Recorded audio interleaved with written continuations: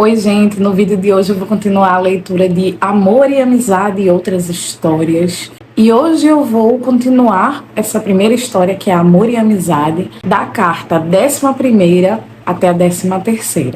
Carta 11ª. Laura, em continuação. Tenho um parente na Escócia, disse Sofia para mim enquanto deixávamos Londres, que não hesitaria, tenho certeza, em me receber. Devo ordenar ao rapaz que nos conduza para lá? Perguntei eu. Contudo, caindo em mim no mesmo instante, exclamei: ai de nós! Receio que a viagem seria longa demais para os cavalos. Entretanto, relutando em agir baseada somente no meu inadequado conhecimento quanto à força e as habilidades dos cavalos, consultei o postilhão, que revelou compartilhar totalmente minha opinião no tocante ao caso. Assim sendo, tomamos a resolução de trocar os cavalos na cidade seguinte e viajar em posta pelo restante da jornada. Quando chegamos à última estalagem na qual precisávamos parar, localizada a poucas milhas da casa do parente de Sofia, redigimos a ele, não querendo impor-lhe nossa companhia inesperada e sequer considerada, um bilhete muito elegante e bem escrito contendo um relato de nossa desamparada e melancólica situação e de nossa intenção de passar alguns meses com ele na Escócia. Tão logo havíamos despachado essa carta, de imediato nos preparamos para segui-la em pessoa e já íamos entrando na carruagem com tal propósito quando nossas atenções foram atraídas pela entrada de um coche coroado de 4 cavalos no pátio da estalagem. Desceu dele um cavalheiro consideravelmente avançado em anos. Diante de sua primeira aparição, minha sensibilidade se viu prodigiosamente afetada e, mal eu pudera fitá-lo pela segunda vez, uma simpatia instintiva sussurrou ao meu coração que ele era o meu avô.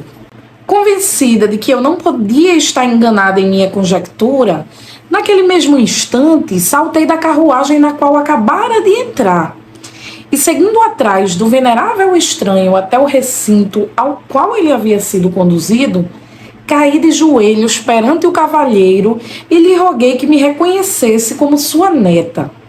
Sobressaltado e tendo examinado atentamente minhas feições, ele me levantou do chão e, lançando seus braços de avô em volta do meu pescoço, exclamou: reconhecer-te!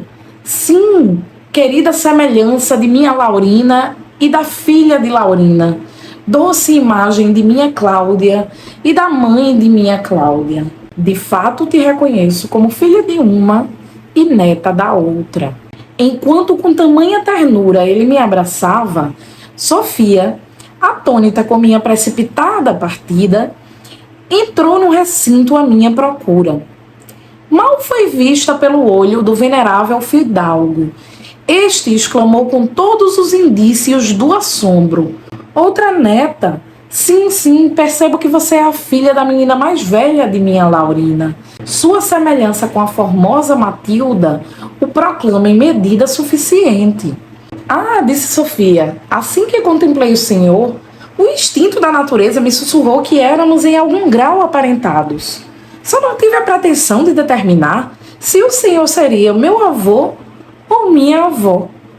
Ele a cingiu contra si e, enquanto ficavam abraçados com tamanha ternura, a porta do aposento se abriu e um jovem belíssimo apareceu. Notando sua presença, Lord St. Clair sobressaltou-se e, recuando alguns passos com mãos ao alto, disse: outro neto! Que felicidade inesperada! Descobrir tantos de meus descendentes no espaço de 3 minutos. Esse, tenho certeza, é Philander, o filho da terceira menina de minha Laurina, a amável Berta. Falta somente agora a presença de Gustavus para completar a união dos netos de minha Laurina. E eis aqui ele, disse um jovem gracioso que naquele instante adentrou o recinto. Eis aqui o Gustavus que o senhor deseja ver. Sou filho de Ágata, 4ª e mais nova filha de sua Laurina. Vejo que você é, de fato, respondeu Lord St. Clair. Mas digam-me, continuou ele, olhando temerosamente na direção da porta. Digam-me, acaso tenho eu outro neto neste estabelecimento? Nenhum, meu senhor. Então lhes darei sustento a todos sem mais delongas. Eis aqui 4 cédulas de 50 libras cada uma. Peguem-nas e lembrem-se que cumpriram o dever de um avô. Ele, no mesmo instante, saiu do recinto e imediatamente depois do estabelecimento. Adieu, Laura. Carta 12ª. Laura em continuação. Você poderá imaginar a imensa surpresa da qual fomos tomadas com a súbita partida de Lord St. Clair. Ignóbil antepassado, exclamou Sofia. Indigno avô, disse eu. E no mesmo instante desmaiamos nos braços uma da outra. Por quanto tempo permanecemos em tal situação, não sei. Contudo, quando nos recuperamos, vimos-nos sozinhas, sem Gustavus nem Philander, e tampouco as cédulas. Enquanto deplorávamos nosso infeliz destino, a porta do aposento se abriu e MacDonald foi anunciado. Era o primo de Sofia. A presteza com que veio ao nosso socorro, tão pouco tempo depois de receber nosso bilhete, depunha tanto a seu favor que não hesitei em pronunciá-lo, à primeira vista, como terno e solidário amigo. Ai de nós! Ele pouco merecia tal denominação, pois muito embora nos tenha dito que muito se preocupava com nossos infortúnios, mesmo assim, por seu próprio relato, transpareceu que a leitura da revelação deles não lhe arrancara um único suspiro e menos ainda o induzira a rogar uma única praga contra nossas estrelas vingativas. Disse a Sofia que sua filha contava com seu retorno a MacDonald Hall, acompanhado dela, e que na condição de amiga de sua prima, ele ficaria feliz em me ver lá também. Para MacDonald Hall, nós seguimos, portanto, e fomos recebidas com grande gentileza por Janeta, filha de MacDonald e soberana da mansão. Janeta tinha, então, apenas 15 anos, com natural bom temperamento, dotada de um coração suscetível e uma disposição compassiva. Ela poderia, tivessem tais amáveis qualidades sido apropriadamente incentivadas, ter equivalido a um ornamento à natureza humana. Infelizmente, porém, seu pai não tinha uma alma exaltada o bastante para admirar tão promissora disposição e procurara, por todos os meios a seu alcance, impedir o aprimoramento desse dom enquanto a filha crescia. Na verdade, extinguira em imenso grau a natural e nobre sensibilidade de seu coração, a ponto de persuadi-la a aceitar a proposta de um jovem recomendado por ele.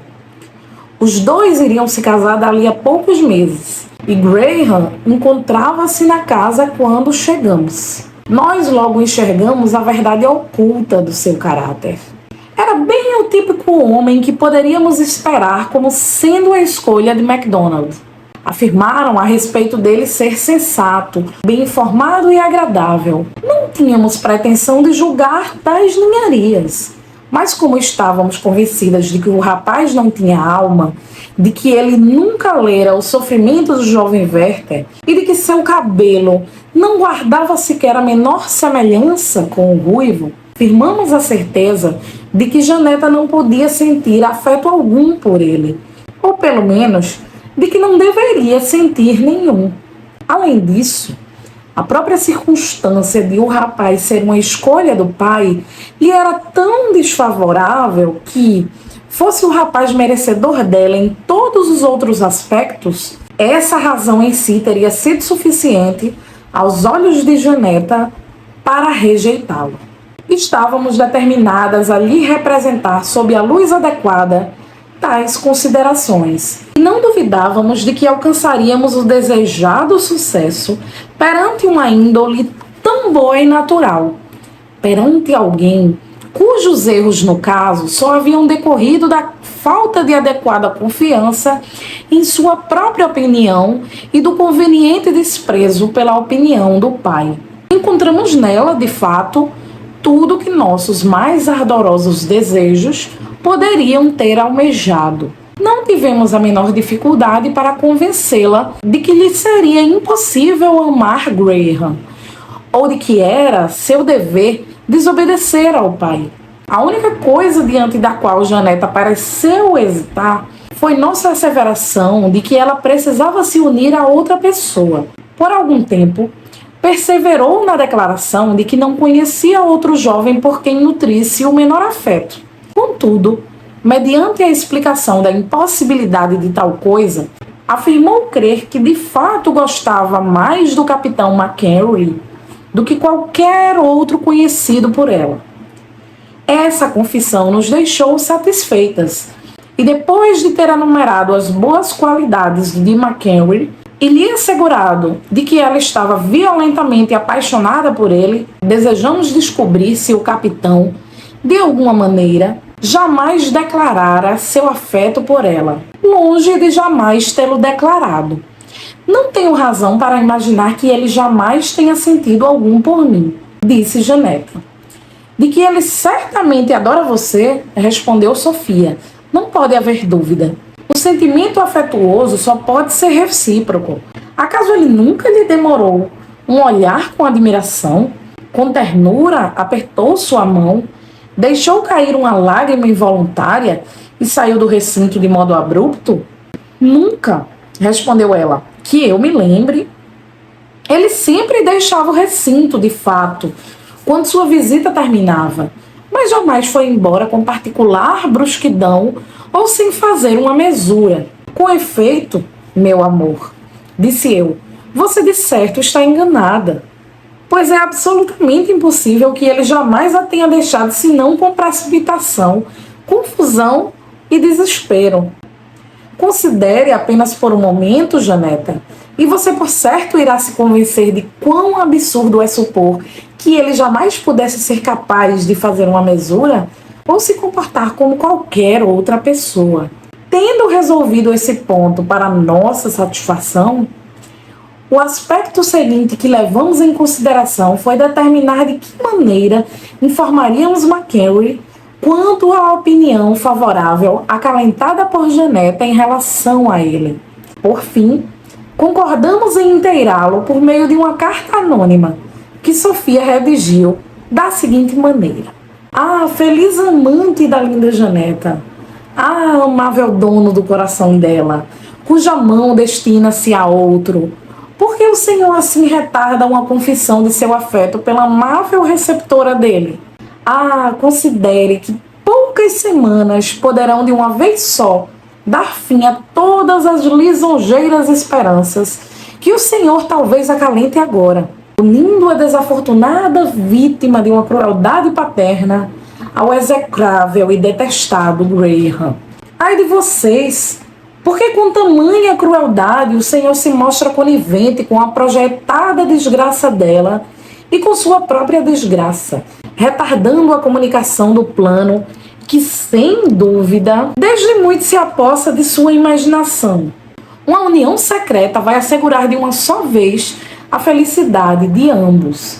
O amável McHenry, cuja modéstia, como depois nos assegurou o próprio, havia sido a única razão para ter escondido por tanto tempo a violência do seu afeto por Janeta. Ao receber esse bilhete, voou nas asas do amor até MacDonald Hall e tão poderosamente pleiteou seu afeto pela inspiradora de tal sentimento que, após mais algumas entrevistas privadas, Sofia e eu experimentamos a satisfação de vê-los partindo rumo a Gretna Green, local escolhido pelos dois para a celebração de suas núpcias em detrimento de qualquer outro, embora ficassem a uma considerável distância de MacDonald Hall.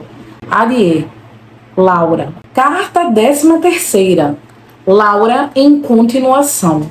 Os dois viajaram por quase 2 horas antes que MacDonald ou Graham alimentassem qualquer suspeita sobre o caso. E estes poderiam nem sequer ter suspeitado dele, não fosse o seguinte pequeno acidente.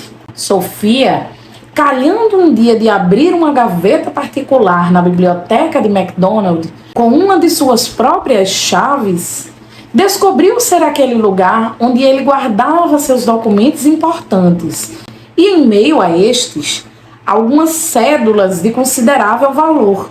Essa descoberta ela transmitiu a mim, tendo concordado juntas que o apropriado tratamento para um canalha tão abjeto como MacDonald seria privá-lo de dinheiro, talvez obtido por meios desonestos. Ficou determinado que, na próxima vez em que uma de nós calhasse de passar por ali, tiraríamos uma ou mais das cédulas daquela gaveta. Já tínhamos colocado em funcionamento, com frequente êxito, esse plano bem intencionado. Porém, ai de nós, no exato dia da fuga de Janeta, Sofia, no ato de remover majestosamente a quinta cédula da gaveta para sua própria bolsa, foi de súbito interrompida em sua ocupação pela entrada muitíssimo impertinente de MacDonald em pessoa, do modo mais abrupto e precipitado. Sofia, capaz de invocar, apesar de sua doçura naturalmente irresistível, a dignidade de seu gênero quando a ocasião exigia, no mesmo instante assumiu uma expressão das mais agressivas e, lançando ao impávido culpado uma carranca irritada, exigiu saber, em altivo tom de voz, por que motivo sua intimidade havia sido invadida com tamanha insolência. O desavergonhado MacDonald, sem sequer fazer esforço para se desculpar pelo crime do qual estava sendo acusado, maldosamente procurou censurar Sofia pela ignóbil defraudação de seu dinheiro. A dignidade de Sofia se feriu. "Canalha!"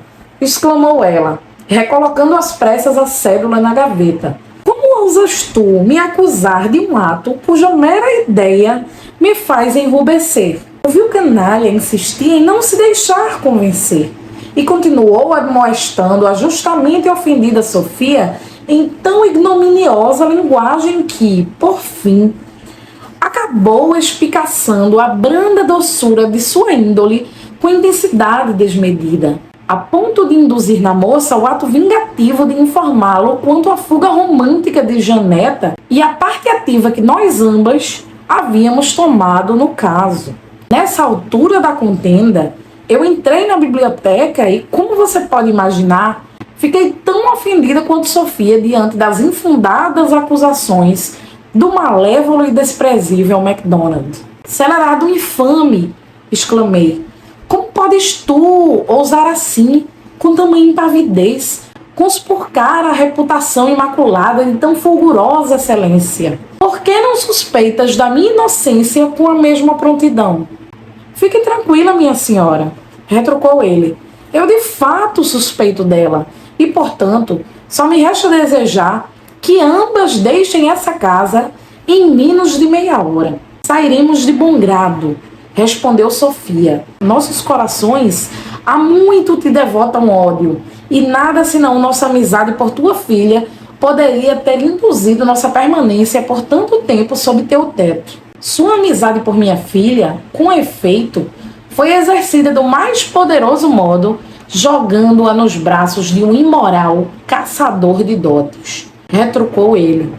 "Sim", exclamei eu, "em meio a todos os infortúnios, irá nos proporcionar certa dose de consolação refletir que, com esse único ato de amizade por Janeta, amplamente nos desoneramos de qualquer obrigação que nos tenha sido infligida por seu pai. Essa deve ser, sem dúvida, uma reflexão muitíssimo gratificante para suas mentes exaltadas", disse ele. Tão logo havíamos empacotado nossas roupas e pertences, deixamos MacDonald Hall. Tendo caminhado cerca de 1,5 milha, sentamo-nos à margem de um claro e límpido córrego para refrescar nossos exaustos membros.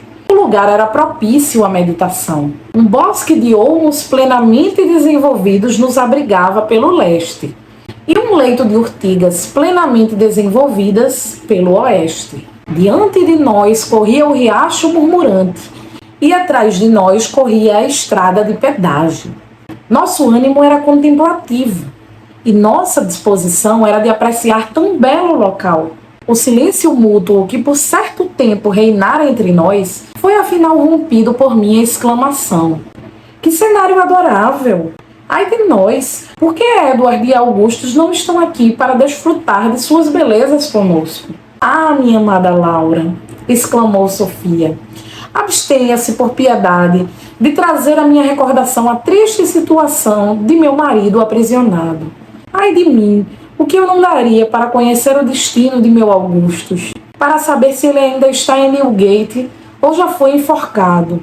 Mas nunca serei capaz de sobrepujar minha terna sensibilidade a ponto de perguntar por ele. Ah, nunca mais, eu lhe rogo, permita-me ouvi-la repetir outra vez seu amado nome. Isso me afeta num grau profundo demais. Qualquer menção a respeito dele é insuportável para mim. Fere meus sentimentos. Perdoe-me, Sofia, por tê-la ofendido assim, sem querer. Respondi. E então, mudando de assunto, procurei fazer com que minha amiga admirasse a nobre grandiosidade dos olmos que nos abrigavam do Zéfiro Oriental. Ai de mim, minha Laura, devolveu ela. Evite tão melancólico tema, eu lhe imploro. Não queira outra vez ferir minha sensibilidade com observações acerca desses olmos. Eles me fazem recordar Augustus. Ele era como eles, alto, majestoso, dotado da nobre grandiosidade que você admira neles. Mantive-me calada, temerosa de que pudesse, de modo ainda mais involuntário, perturbá-la, escolhendo qualquer outro tópico de conversação passível de fazê-la recordar Augustus outra vez. Por que não fala, minha Laura? Perguntou ela depois de uma breve pausa. Não estou suportando esse silêncio. Você não deve me deixar à mercê de minhas próprias recordações. Elas recaem em Augustus o tempo todo. Que lindo céu, disse eu. Como seu anil é encantadoramente variegado por essas delicadas listras de branco. Ah, minha Laura, disse ela, às pressas retirando seu olhar de uma observação momentânea do céu. Não me aflija dessa forma, chamando minha atenção para um objeto que tão cruelmente me faz recordar o colete de cetim azul listrado de branco do meu Augustus. Tenha piedade de sua infeliz amiga. Evite tão aflitivo assunto. O que mais eu poderia fazer? Os sentimentos de Sofia se mostravam naquele momento tão intensos e a ternura que sentia por Augustus tão pungente que não tive forças para enveredar por qualquer outro tópico, temendo com razão que isso pudesse, de alguma maneira imprevista, mais uma vez despertar por inteiro sua sensibilidade, direcionando seus pensamentos ao marido. Contudo, manter o silêncio seria cruel. Ela me rogara que falasse. Desse dilema eu me vi libertada, para minha grande bem-aventurança, por um acidente verdadeiramente oportuno. O afortunado tombamento do faeton de um cavalheiro na estrada que corria murmurante atrás de nós. Tratou-se de um acidente muitíssimo venturoso, pela circunstância de desviar a atenção de Sofia das melancólicas reflexões às quais estivera se entregando antes. De modo instantâneo, abandonamos nossos assentos e corrimos ao socorro daqueles que, bem poucos momentos antes, haviam estado na elevadíssima situação de trafegar no faeton requintadamente alto, mas agora jaziam caídos e estatelados no chão poeirento. Que amplo tema para reflexão sobre os incertos prazeres deste mundo não proporcionariam, para uma mente pensante, aquele faeton e a vida do cardeal Wolsey. Falei eu para Sofia, enquanto corríamos rumo ao campo de ação. Ela não teve tempo de me responder, pois todos os pensamentos estavam agora engajados no horrendo espetáculo diante de nós. 2 cavalheiros trajados na máxima elegância, mas ensopados em seu sangue. Foi o que primeiro atingiu nossos olhos. Então nos aproximamos. Eram Edward e Augustus. Sim, queridíssima Mariane, eram os nossos maridos. Sofia berrou e desmaiou no chão. Eu gritei e no mesmo instante enlouqueci. Permanecemos assim por alguns minutos, mutuamente privadas de nossos sentidos e, recuperando-os, fomos privadas deles outra vez. Continuamos nessa desafortunada situação por 1 hora e 15 minutos. Sofia desmaiando a todo momento e eu enlouquecendo com a mesma frequência. Por fim, um gemido do desventurado Edward, o único que havia conservado alguma porção de vida, nos devolveu a consciência. Tivéssemos antes imaginado que um dos dois estava vivo, de fato teríamos sido mais parcimoniosas em nosso pesar. Todavia, como havíamos deduzido à primeira vista que eles não mais existiam, soubemos que nenhuma outra reação seria possível senão aquela que estávamos tendo. Por conseguinte, tão logo escutamos o gemido de meu Edward, avançamos às pressas até o querido jovem, adiando por ora nossas lamentações, e imploramos a ele, ajoelhadas, uma de cada lado, que não morresse. Laura, disse ele, fixando em mim seus lânguidos olhos, receio que tenhamos tombado. Ah, conte-me, Edward, pedi eu. Conte-me antes de morrer, eu lhe rogo, tudo o que lhe sucedeu desde aquele dia infeliz no qual Augustus foi preso e nós fomos separados. Contarei, disse ele, e no mesmo instante, soltando um profundo suspiro, expirou. Sofia de pronto afundou em novo desfalecimento. O meu pesar foi mais audível. Minha voz fraquejou. Meus olhos assumiram uma expressão vazia. Meu rosto ficou pálido como a morte. E meus sentidos restaram consideravelmente comprometidos. Não me fale de faetões, eu disse, delirando de maneira frenética e incoerente. Dê-me um violino. Vou tocar para ele, acalmá-lo em suas horas melancólicas. Cuidado, ó delicadas ninfas, com os raios de Cupido. Fujam das penetrantes setas de Júpiter. Vejam aquele bosque de abetos. Estou vendo um pernil de carneiro. Disseram-me que Edward não estava morto, mas fui enganada. Confundiram-no com um pepino. Assim continuei, clamando desvairadamente perante a morte do meu Edward. Por 2 horas delirei com tal loucura e não terei então parado, pois não me sentia nem um pouco cansada. Se Sofia, recém-recuperada de seu desfalecimento, não tivesse me instado a considerar que a noite estava agora se aproximando e que as umidades começavam a cair. E aonde iremos nós? Perguntei eu. Para encontrar abrigo, para aquele chalé branco, respondeu ela, apontando para uma construção esmerada que assomava em meio ao bosque de olmos e que eu não havia observado até então. Concordei, e no mesmo instante caminhamos até o chalé. Batemos a porta. Esta foi aberta por uma mulher idosa, perante a solicitação de que nos proporcionasse alojamento noturno. A velha nos informou que sua casa era pequenina, que só tinha 2 quartos de dormir, mas que, todavia, podíamos usar à vontade um deles. Ficamos contentes e seguimos a boa mulher para dentro da casa, onde a visão de um confortável fogo nos alegrou sobremaneira. Ela era viúva e tinha somente uma filha, que somava meros 17 anos de idade, uma das melhores entre todas as idades. Mas ai dela! A garota era muito sem graça, e seu nome era Bridget. Nada, portanto, poderia ser esperado dela, entre cujos atributos não eram imagináveis ideias exaltadas, sentimentos delicados ou sensibilidades refinadas. Ela nada mais era do que uma mera jovem dama bem-humorada, cortês e prestativa. Como tal, dificilmente poderíamos desgostar da moça.